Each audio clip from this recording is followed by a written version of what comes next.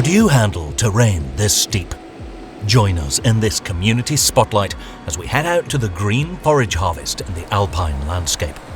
Find out how Hansi's contracting team brings in the first cut, why this milking robot hits the road only once a year, and what the story is behind that horn.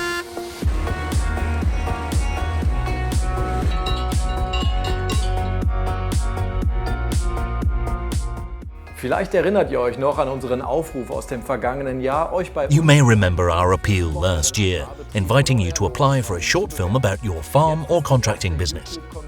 For this first community spotlight, we visited our YouTube fan Ivo Betschart in Switzerland. Enjoy the video. hier nun zeigen. Ach ja, und dranbleiben lohnt sich übrigens, denn am Ende haben wir noch ein kleines Gewinnspiel für euch. Viel Spaß! Our journey takes us to the canton of Schweiz, around 45 kilometers east of Lucerne. The Betschart family's dairy farm is tucked into the beautiful Muatatal Valley, surrounded by peaks reaching up to 2,400 meters. Bert runs both the agricultural services business and the dairy farm. His son Ivo will one day take over the business, and along with his brother Tim, steps in during the busiest times of year. Early May marks the first green forage harvest of the year. The fields stretch from the valley floor far up the hillsides. This terrain pushes Hansi's contracting team to their limits.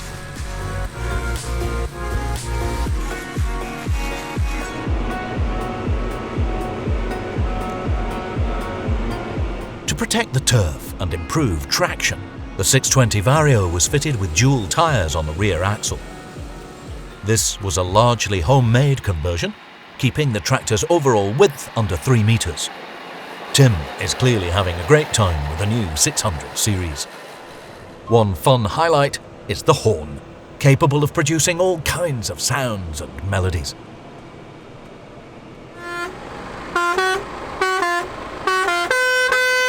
The trailed round baler produces bales with a diameter of 1.25 meters. This compact baler strikes a great balance between performance and suitability for steep terrain. A drive axle was also added. Without it, many of these fields simply wouldn't be accessible. The drive axle is just as useful on the way down, helping to brake the combination. The 600 series' pre-tensioning system means the higher oil consumption is never an issue. Temporary driver Tobias follows behind with a wrapper from Austrian manufacturer Gläser. The 211 Vario was delivered alongside the 600 series right on time for the start of the 2025 season. The tractor was also ordered with a GPS guidance system, used for tasks such as sowing and swathing.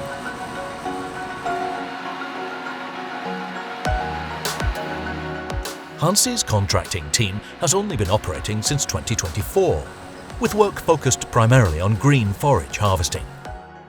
This includes mowing with a 3.5 meter wide Ibex sickle bar mower. Farming in the Muatatal municipality is small scale and centered almost entirely on livestock. Alongside their contracting company, the Betschart family runs a noteworthy dairy farm, which, with 35 cows, is one of the larger ones in the region.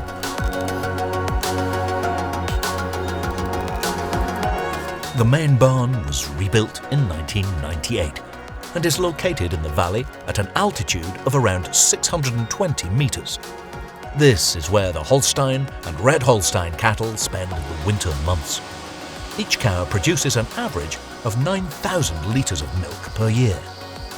A Lely milking robot has been in use since 2014, designed as a mobile unit from the very beginning. At the end of May, the herd heads up to the higher mountain farm at 1,250 meters. The distance from the main farm to the mountain farm is around 5 kilometers. At the end of June, the herd moves up again to an Alpine pasture at approximately 1,550 meters. The herd has 46 hectares of extensive grassland at its disposal, grazing there until mid-August. To keep up with the herd as easily as possible, the milking robot was fitted with a robust spring-loaded chassis, built by a mechanical engineering company in Luxembourg. Ivo Betschart sent us this footage a few weeks after our visit.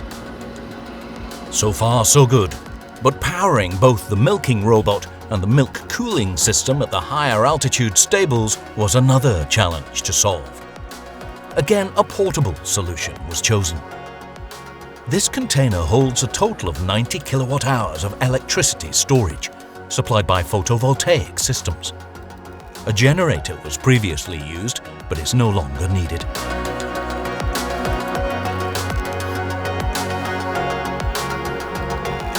In summer, during the grazing season, all the milk is supplied to a nearby creamery. The creamery operates as a cooperative, enabling participating farmers to get a fair price for their milk. The creamery is also very popular with tourists. The creamery produces a range of products, including butter and various types of cheese. 7 other dairy farms supply the creamery with their milk, a total of around 200 animals, all from mountain farms. Back in the valley, we visit one of Hansi's contracting team customers. The Gläser family farm is also busy with the first green forage cart on challenging terrain. This time though, hay is being harvested. The crop is being swathed using an AB implement carrier designed for steep terrain. This 72 horsepower vehicle has a hydrostatic drive and 4 different steering modes. The front axle can rotate relative to the rear axle, allowing the implements, in this case a belt rake, to follow the contours of the terrain.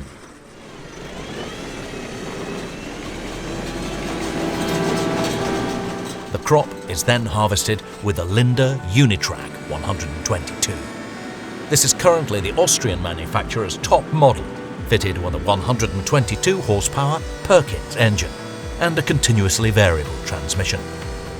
The farmer opted for a rear loader from Lund. This established manufacturer is based in the neighbouring village. Many fields have gradients of up to 40%. The agricultural machinery handles these slopes well, thanks to its special design and low centre of gravity, though in the most extreme areas, manual assistance is often still needed.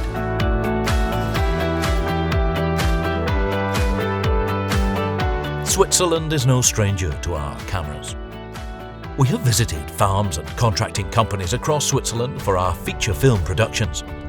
In the Wattetal municipality, many farms are run as a side business, cultivating between 10 and 15 hectares. Like in the EU, Swiss farmers receive subsidies according to their mountain zone, recognizing the demanding work of cultivating the land and caring for the landscape. This helps even the smaller farms remain family-run and continue operating. Leased land or purchase options are very rare in this region.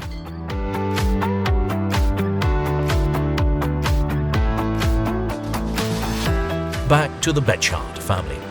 Beat is nearly done with the rake on the fields down in the valley. The tractor was brought in for the harvest, as the uncertain weather meant all their own tractors were already busy, either on their own fields or out on customer jobs. Between early May and the end of October, the meadows here are mowed 6 times to produce silage. Silage maize is sourced externally.